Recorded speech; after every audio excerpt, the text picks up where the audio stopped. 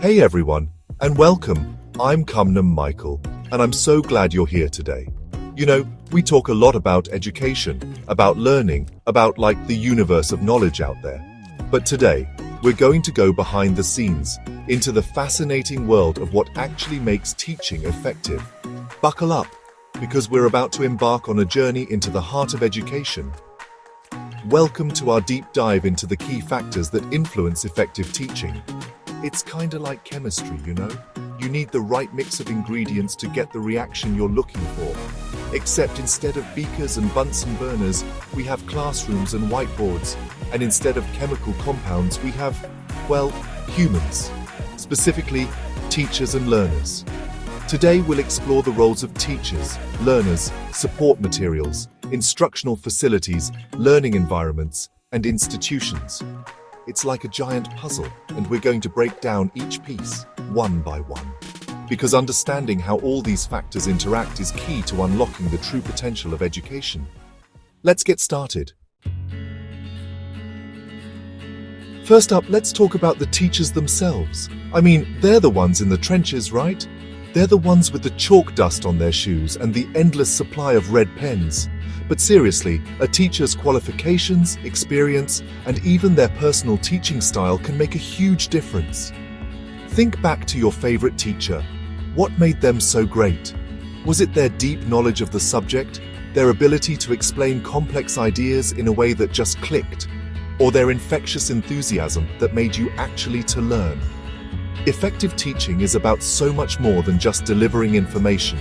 It's about creating a dynamic and engaging learning experience. Now, let's flip the script and talk about the learners. Because here's the thing, even the most amazing, dynamic, engaging teacher in the world can't force a student to learn if they're not motivated or engaged. It's a two-way street, people. Student motivation, prior knowledge, and learning styles all play crucial roles in the learning process. Some students are visual learners, some thrive in group settings, while others prefer to go solo. And let's not forget about the impact of a student's background, their home life, and their social environment. All of these factors and more contribute to the beautiful, messy tapestry of learning. Okay, so we've got the teachers, we've got the learners, but what about the tools of the trade? I'm talking about textbooks. Yes, those still exist. Digital resources, lab equipment, art supplies, basically anything and everything that helps bring learning to life. Think about it. Would a biology class be the same without microscopes? Could you learn a new language without access to books, dictionaries, or language learning apps?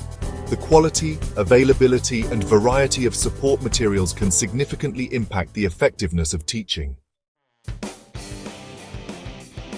Chapter 4. Instructional facilities, more than just four walls and desks. Let's be real, folks. The physical learning environment matters.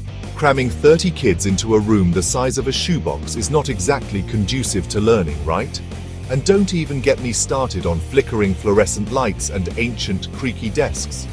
Classroom size, technology availability, and even things like natural light and comfortable seating arrangements can make a world of difference.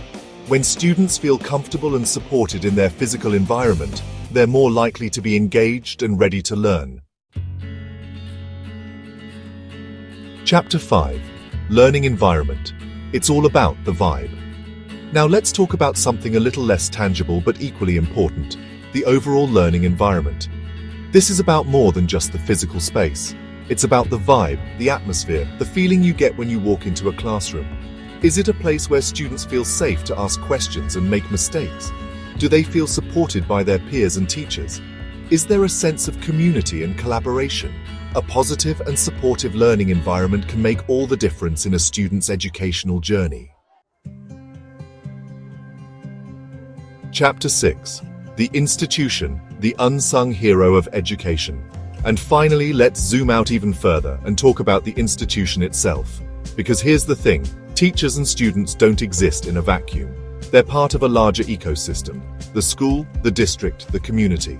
School policies, administrative support, and the availability of resources like counselors, librarians, and technology specialists all play a role in shaping the effectiveness of teaching.